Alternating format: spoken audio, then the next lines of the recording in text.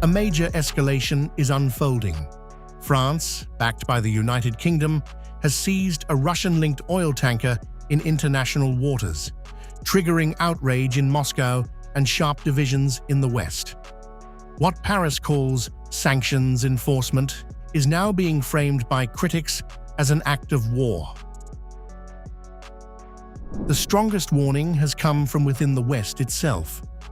British politician George Galloway has blasted the operation, accusing France and the UK of crossing a dangerous line. His remarks reflect a growing narrative that Western powers are gambling on escalation, assuming Russia will not respond. This was an act of war carried out by France with UK assistance. No international sanctions authorized it. Only the UNSC can apply international sanctions.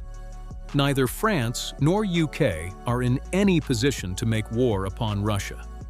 Unless nuclear war, at which point France and the UK would cease to exist. Literally. You are pathetic fools gambling on no Russian response to your criminal acts. Perhaps you should think again about that. Russia's foreign ministry has escalated the confrontation, accusing Europe of rewriting international law for its own benefit.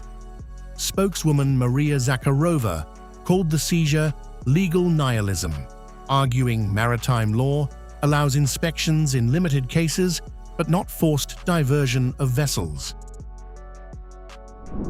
France's actions are yet another example of European legal nihilism and the rewriting of norms for their own benefit.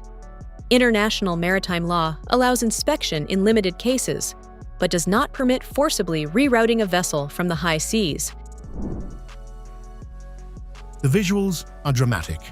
A French naval team fast ropes onto the tanker Tagor deep in the Atlantic. French President Emmanuel Macron defended the move as lawful sanctions enforcement. Moscow, however, rejects that claim, calling the operation illegal and provocative. We consider such actions to be illegal. They border on international piracy.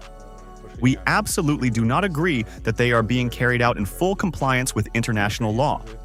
As you know, Russia has been taking a number of measures to ensure the safety and security of its cargoes, and will continue to do so, taking into account this negative experience. At the heart of this crisis is a dangerous shift, sanctions enforcement turning kinetic and maritime law clashing with power politics. With NATO-backed forces intercepting Russian-linked assets far from the battlefield and Moscow signaling it will defend its routes, the line between economic pressure and conflict is fading.